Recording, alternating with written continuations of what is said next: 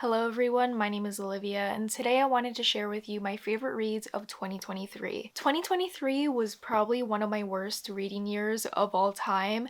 I picked up 78 books, and out of the 78 books that I read this year, only 8 became favorites of mine. The discrepancy is pretty large, and I do think it's large in part to the fact that I fell into that habit of reading books that other people enjoyed, and I wanted to be involved with that hype, but I was picking up books that weren't geared to my interests and geared to the genres that I know I enjoy. And I did end up DNFing a lot this year, and I'm hoping in 2024 I really hone in on my personal interests and the genres that I know I enjoy rather than focusing on what other people enjoy. And I hope that that experiment and that conscious effort will allow me to have a better year in 2024. But for now, let's get into my favorite reads of 2023. These are still amazing books and plays and stories that I highly recommend you all read because they really left an impression on me and are books that I cannot stop thinking about. So I have this ordered chronologically, so we're going to start at the beginning of the year and end up at the end of the year in terms of when I picked up these books. So the first favorite read of 2023 is The Road by Cormac McCarthy. I included this in my reading books like The Last of Us reading blog, and this book completely tore me from the inside out. If you want to go see me sob on camera, check out that reading blog because I'm actually really proud of it.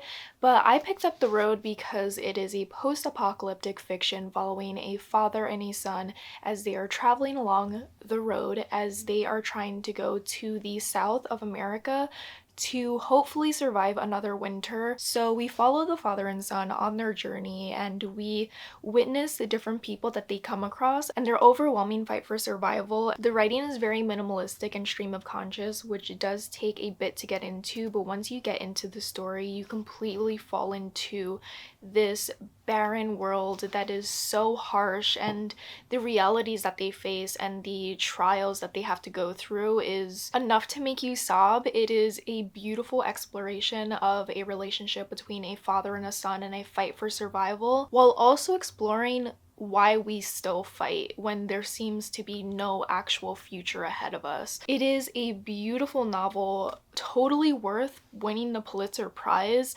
It is a novel that I can't stop thinking about, and I also do think that the book-to-movie adaptation of The Road is also worth a watch. The next story that I loved in 2023 was the Get Out screenplay by Jordan Peele. Get Out is Jordan Peele's first movie that he directed and wrote the script for, and this is the bound screenplay, but it also includes essays, deleted scenes, and an alternate ending to Get Out. It includes shots from the film and also annotations from Jordan Peele to delve deeper into his decisions, into the pieces of dialogue that he wrote.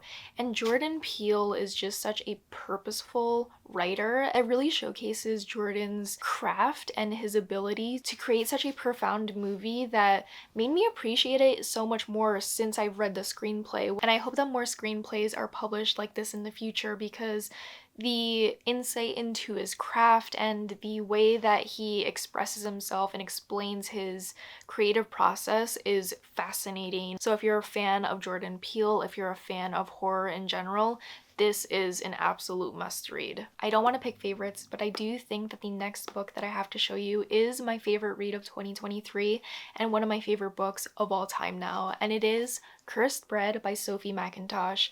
This book is a culmination of a ton of different things that I enjoy to create the perfect novel that is the ultimate me book. It is a historical fiction. It's set during the 1950s in France. It is erotic, captivating, and utterly depraved. And it's inspired by a historical event that took place in the 50s where this entire village fell into mass hysteria. Mass hysteria is actually something that I'm deeply interested in, and it was spurred by Shane and Ryan from BuzzFeed Unsolved, who discussed the dance plague of France where people just danced to death because they all fell into this mass hysteria that took over this village and killed a lot of people. And this book is kind of in the same vein of that, where you just witness this town go into complete madness. So we follow our main character, Elodie, who is an unremarkable wife of the town baker, and she wants nothing more in life than to be be seen by those around her. Then comes an ambassador and his wife Violet, who move into town, and they are this chic couple that everyone wants to be and everyone wants to befriend, and Elodie gets chosen by Violet to become her friend. But as they are growing closer together, Elodie and Violet form this really toxic relationship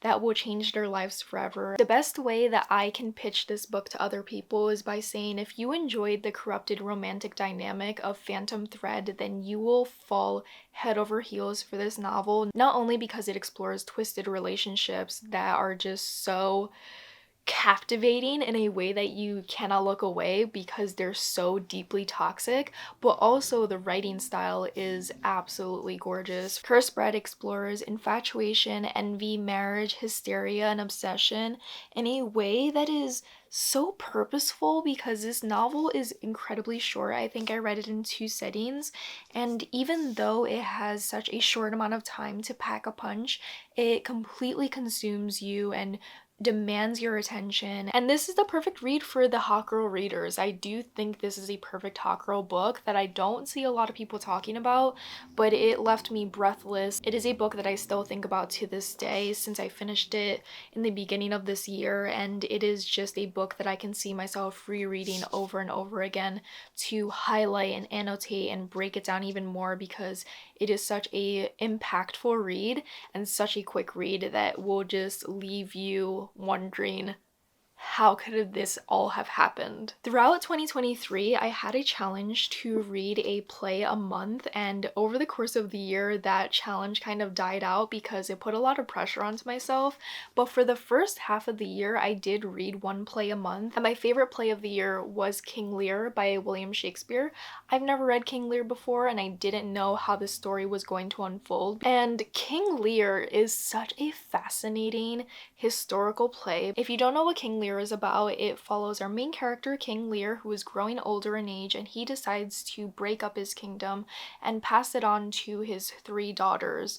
But as they are conversing with one another, he realizes that his favorite daughter is actually really disobedient against him, and he decides to banish her from his kingdom and from the opportunity to get a piece of the land that he promised to her. And as the story develops, he realizes that the people that he initially trusted were people that actually were manipulating him and don't value him as a king. And as he's growing older in age, his power and his hold that he has over his people is quickly diminishing, and he is left essentially for dust.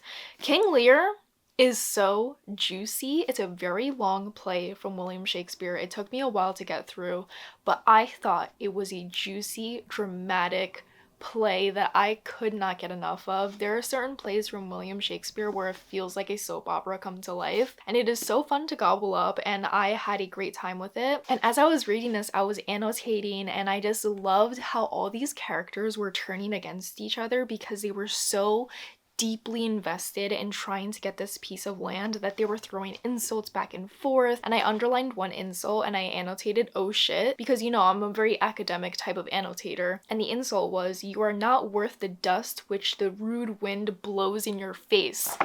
Oh my god, I know William Shakespeare wrote that line and went, I'm the shit. I'm the shit. I just know he was having such a great time writing this because it is full of drama and theatrics and just backstabbing back and forth. People are going against each other. People are promising things that they would never give to people. It was such a juicy play, almost as juicy as Hamlet and Macbeth, and I just had a great time with it. And as I was reading it, I saw this line that made me kind of have like an epiphany, because King Lear tells one of his daughters, "I gave you all," and she replied, "and in good time you gave it." I was shaken, rattled, and rolled. Why? Because Mumford & Sons has a song called "I Gave You All." And Mumford & Sons is known for quoting Shakespeare in their songs. And it's no coincidence that Mumford & Sons has a song called "I Gave You All,"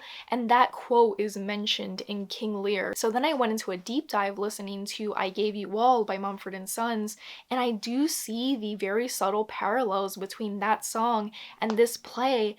And that just made me enjoy it even more because I do love the way that Mumford & Sons references literature, and their ability to create such a catchy song centered around a story from hundreds of years ago is fascinating to me because they're one of my favorite bands. So when I was reading King Lear, that part really stuck with me, as well as the overall story. So dramatic, so juicy, full of insults in a way that just leaves you gagged because you're like, I can't believe they said that. I can't believe they said that.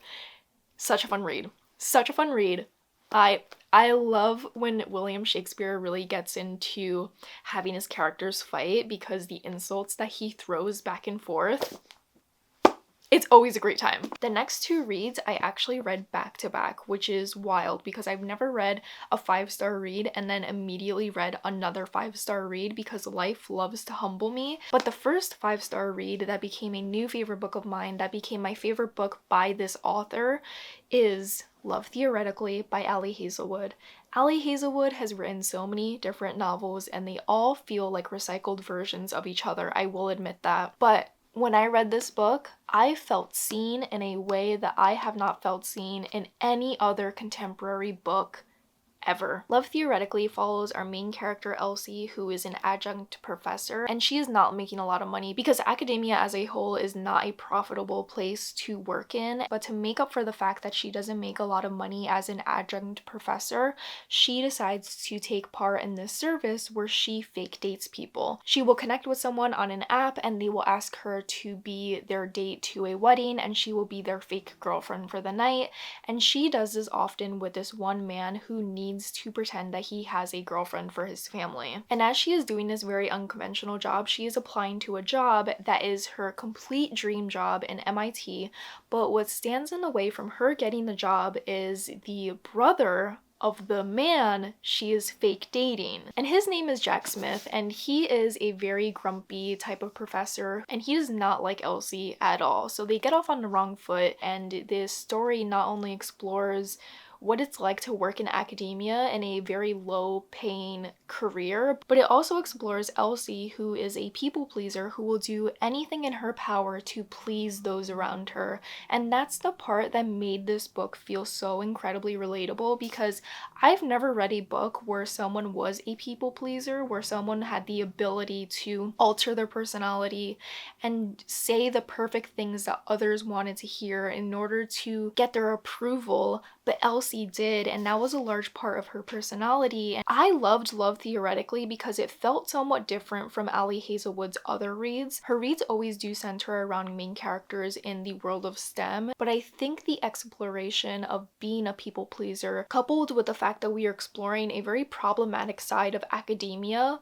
was something that was so refreshing and so relatable. And the way that Elsie and Jack fall into this slow burn romance and the way that they help each other grow in a way that is healthy and communicative was so refreshing to read. I loved Elsie as a main character. I loved her as a people pleaser. It made me feel seen in a way that I haven't felt seen in other books, and it just really left an impression on me and consumed me. I could not put this book down. The moment I started it, I fell in love with these two main characters and their very different personalities and how they came together to have this wonderful romance. And I do think this is Ali Hazelwood's best book so far. So after picking up Love Theoretically, because I saw it all over TikTok and Instagram, I decided to pick up another book that was very popular at the time on TikTok and Instagram. And I didn't like another book that I read by this author, but I decided to give them another shot, and the book became a new favorite read of mine, and it just consumed me. I could not stop thinking about this book. I couldn't stop mentioning it to friends. This book was my entire summer, and it is Happy Place by Emily Henry. Happy Place follows Harriet and Wynne, who are college sweethearts who are a part of this friend group that goes to Maine every summer to spend time together because they have reached this age where they all live in different parts of America and have very different careers, so they don't have a lot of time to spend together, but they make the time every single summer to come to this one place to have a wonderful time, to catch up. But something's a little bit different this summer because Harriet and Wynne are no longer together and are forced to maintain this fake engagement with each other for the sake of their friends because they don't want to bring down the vibes during this trip. The moment I started this book, I was completely engrossed in this story, not only because Emily Henry is a fantastic writer who was able to paint this scene that completely immerses you into the story, as well as into the characters' lives who you root for and you only want the best for them, but I also really enjoyed the exploration of a relationship that slowly but surely is dying out,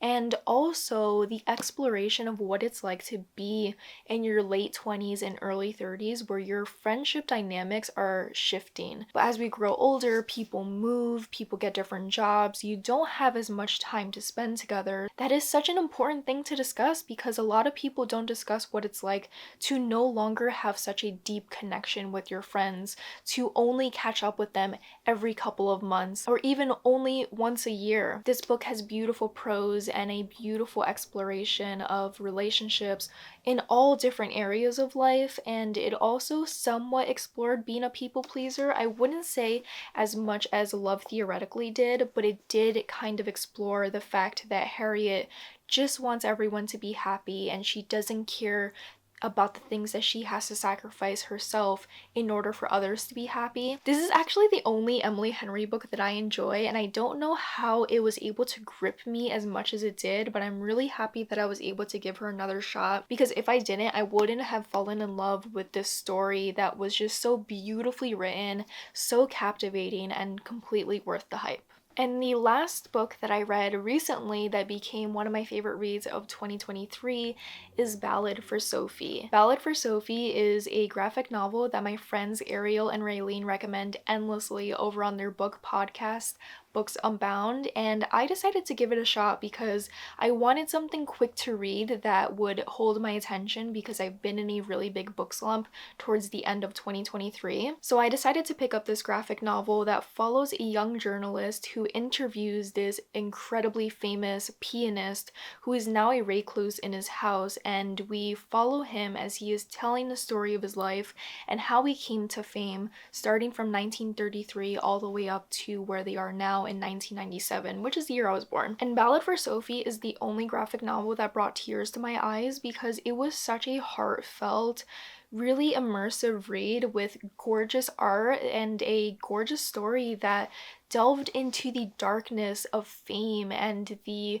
things that you have to sacrifice in order to become the most famous person of whatever area that you want to become famous in. And for our main character in Ballad for Sophie, it was being a pianist. The way that the story is structured is beautiful, it is stunning, it goes into so much depth and detail in a way that not a lot of graphic novels that I've read has done. It is just so worth the hype. It just really touched my soul and is also a historical fiction graphic novel, which is something that I haven't really read, and I love historical fiction in general. So I just knew it was going to be a match in heaven, and it just absolutely was worth my time and really left an impression on me. So if you're looking for a graphic novel that goes a little bit deeper, that will bring tears to your eyes, that'll make you emotional and just captivate you, Ballad for Sophie is the book for you. So those are all my favorite reads of 2023. This year wasn't the best in terms of reading, but I did find 8 amazing stories that I could not stop thinking about that really became some of my favorite reads of all time. Let me know what are some of your favorite reads of 2023. Be sure to leave the book's title and genre down below so I can see if it's something that I would want to read.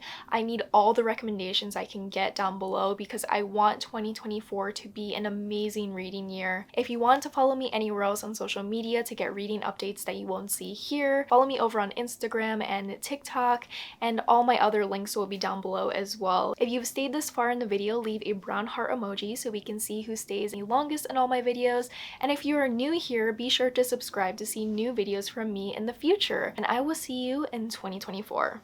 Bye!